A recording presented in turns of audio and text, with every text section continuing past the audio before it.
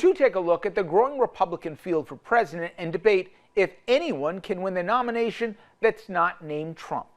Here's Stephanie. Well, so let's start with that, with this Jack Smith filing, because 9-page filing, right, shows prosecutors plan to showcase an array of Trump comments dating back as far as 2012 when he sought to cast doubt on the legitimacy of elections whose results he did not favor. Talk to us about what your reaction to this Jack Smith filing.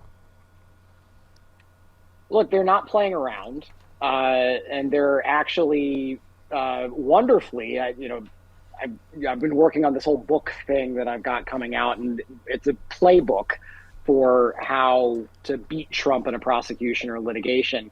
One of the things I didn't know anybody was going to do this. I thought I was one of the only people who had done this. To actually go back through all of his public statements.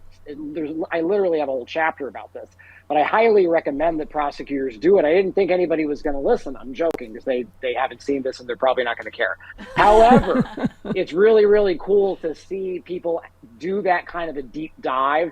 It means these people are pros. Like they get it. Yeah. They're going there. They're devoting the resources and the time to dig through every little thing that they can to find things that are going to incriminate him or just paint him in a bad light, to show a consistent series of thoughts around, in this case, disrupting and disrespecting government processes and elections. So the filing claims he promises to introduce evidence against Trump that includes his encouragement of violence and knowledge of foreseeable consequences. Talk about what that means legally, because, of course, they try to sort of make it sound like, oh, it's just this speech, that's all it was, and that's covered under the First Amendment. That's not all it was. That was the Hail Mary at the end of this coup. No, that was the, well, let's just see what happens when we send a mob of angry people over there to do some violence and see if that actually causes the the various members of Congress to chicken out, I think is really what they were hoping would happen, is that by sending those guys up there, that it would be enough at the very least to stop the verification proceeding from happening that day. But that alone is a felony. The very fact that they did that is a felony. The inciting of that group to go up there and to disrupt the proceeding, being able to tie those things together, it shows that they're not playing around, and that what it also says to me, by the way, is that they have the goods in terms of additional testimony. They haven't stopped investigating this. Just because they did the indictment doesn't mean that they've stopped investigating, that they've stopped talking to witnesses. No, you keep going and doing that stuff. And then when you need to provide it to the other side in discovery, you do. The first reaction that I had when I saw this filing was, yes, they have Meadows. Yeah. Because there's not too many other people that would actually have been able to provide some additional. There's the speech he gave. That's what Chris Christie says. He's like, he has Meadows and he's going to be convicted. That's exactly. That's what Christie said. I think it's a combo of Meadows, and obviously we know that Cassidy Hutchinson has been cooperating, but I think that they've got Meadows. And isn't it the latest, boss, right? So the latest Trump interview, he stupidly, as usual, he corroborated everything Cassidy Hutchinson said, right? I wanted to go to the Capitol, right. Secret Service stopped me. Everything that he called her a liar about. Yes. Right. Yeah. Yeah, that's the thing is and that's one of the other, I'm actually going to flub it in terms of which rule number is which. I need to actually get this down. My book has 12 rules. And one of the other rules is that basically if you let Trump keep talking, he'll hang himself. Yeah. So you just need to and especially if you can get him under oath. Yeah. One of the wonderful things about this matter will be to see whether or not he actually does take the stand in his own defense. Of course, under the Fifth Amendment, he has the right to remain silent and to not incriminate himself by taking the stand in his own defense. But I think he's going to get up there. And that's going to be the moment, because Fantastic. He's going to be up there on the stand getting cross-examined for the freedom for the rest of his life. Yeah. And I think they're going to get him. Yeah. I do. Yep. Yay. Speaking of January 6th, I love your tweet. You said nothing says tough on crime like blurring out the faces of criminals on video footage of crimes. Right. And you said, funny how Mike Johnson thinks the DOJ doesn't already have all that video, LOL.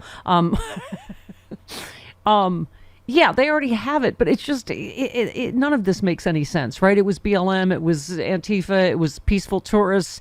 So why would you blur their faces then? So you need to blur their faces out. Yeah. Same thing with, it was BLM and Antifa. That's why free the J6. Wait, you want to free the J6 political prisoners who are members of BLM and Antifa? Right. That, it's like, that makes a lot of sense, guys. Good job. By the way, so this was oh God, Vivek Ramaswamy. Dear God, don't say it 3 times. It's like Beetlejuice. But CNN anchor Dana Bash barely suppressed a stunned laugh as she pressed him to explain his claim that the Trump-incited January 6th riot was actually an inside job. So he's out there with this nonsense. It was all FBI agents. I mean, once again, why would you blur their faces if it was all FBI? Right. Yeah. So Oh no. Well, it's actually because we got to blur the faces of the FBI agents because something. I'm sure that all these QAnon people. And by the way, a lot of this is QAnon stuff. Yeah.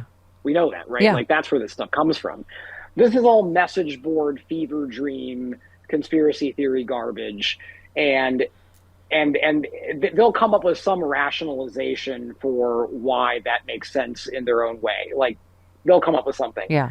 The fact that someone who's trying to be a serious presidential candidate is actually parroting all of that stuff is honestly pathetic. Yeah. So, Tristan, your position is there were not ghost buses full of FBI agents, and Sidney Powell did not get her information from the wind? Some woman, headless woman? The buses, I thought that was Ginny Thomas, wasn't it? Yes. Don't we have evidence that Ginny Thomas paid for a bunch of buses of people to come for J6? I thought that was something. I might be wrong about that, but but yeah, we know where the buses were coming from, and it wasn't from the FBI, folks. Yeah, exactly. I always wonder. Look, here's the thing: it was an inside job because it was engineered by the President of the United States of America at the time. So yes, it was an inside job. Yeah. It came from the White House. You can't get much more of an inside job than that. Take the mags away. They're not here to hurt me. Exactly. Right. Exactly. But it was not. He tried to weaponize the Secret Service and the FBI and DOJ and the military, and he failed. Thank God at all of those things. I always ask myself, are his lawyers as bad as I think? And then you seem to confirm, yes. They are. You said Trump lawyers missed They're court. worse. They're worse than you think. Whatever you think, notch it down, Stephanie. You gotta lower your expectations here. First of all, Alina Habba. Bless you. Thank you. Forgot to check jury trial, but you tweeted Trump lawyers missed court deadline for appealing the gag order in New York AG civil fraud trial in New York City. Trump had wanted an expedited appeal to New York's highest court of appeals, but his lawyers did not get the request filed in time. Trump's lawyers fail again. Womp womp womp womp. Sad tuba. Yeah. Go ahead. Yeah, no, go ahead.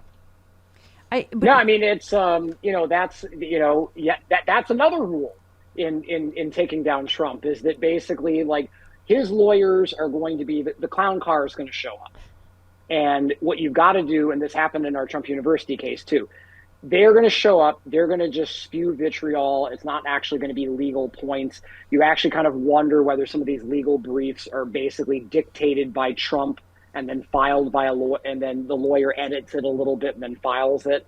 At the end of the day, he often will do this where he goes and finds folks not that are the best people for these kind of criminal defense or civil defense situations, but people that are, let's just say, relatively lower priced.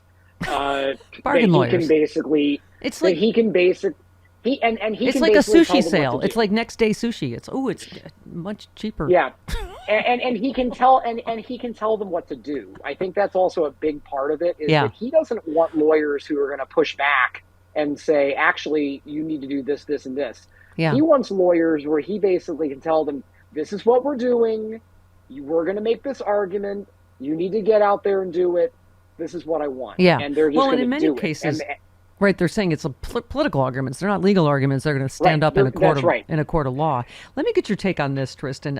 If former Trump is hoping that the U.S. Supreme Court, which now features 3 of his own appointees, will ride to his rescue in his criminal prosecutions, he may come away disappointed. This, in a new article in Bloomberg, argues that the Supreme Court knows that bailing out Trump from his legal troubles would actually dilute the power it currently enjoys, as it would essentially make the court subordinate to Trump.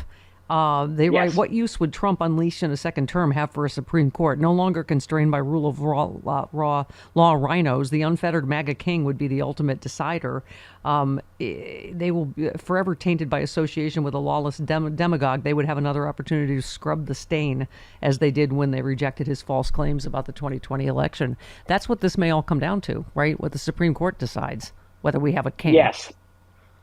Yes, that's exactly right. The thing that I'm thinking right now is that the moment we might hit here, I don't think it's going to be like the Bush v. Gore thing, where you actually had this like blockbuster Supreme Court argument, and then we were all waiting with bated breath for the decision to come down. Like, that was really dramatic. Yeah. Imagine, by the way, if that had happened when social media was around. Good God. Yeah. But anyhow, it was crazy enough for everybody who remembers back then having that happen with cable news.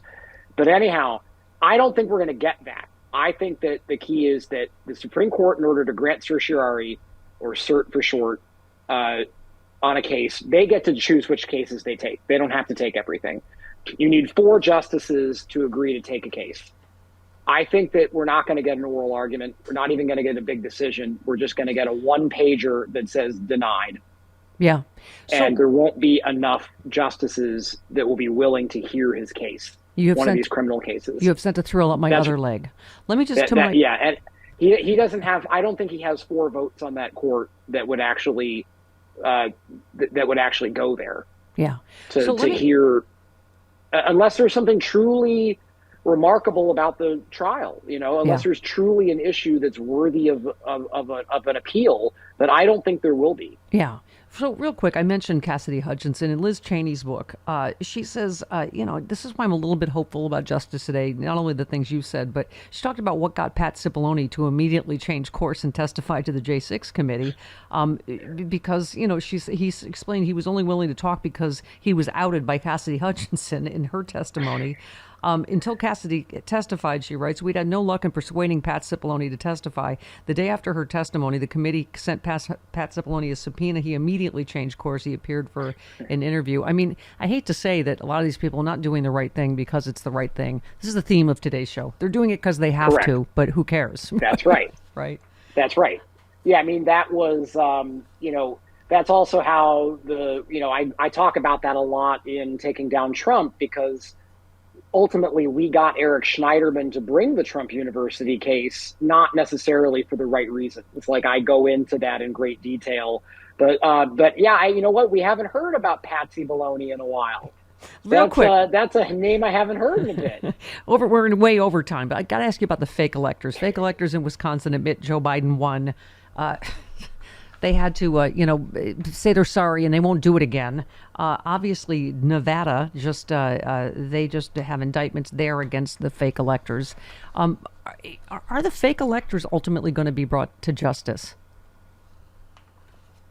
I think yes. I mean, obviously, we've had this happen in Georgia. We got Michigan, Arizona, Nevada are all sort of on the case.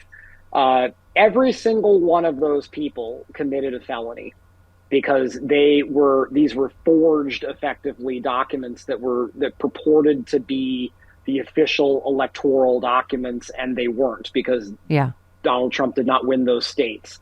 I do think we're going to see it.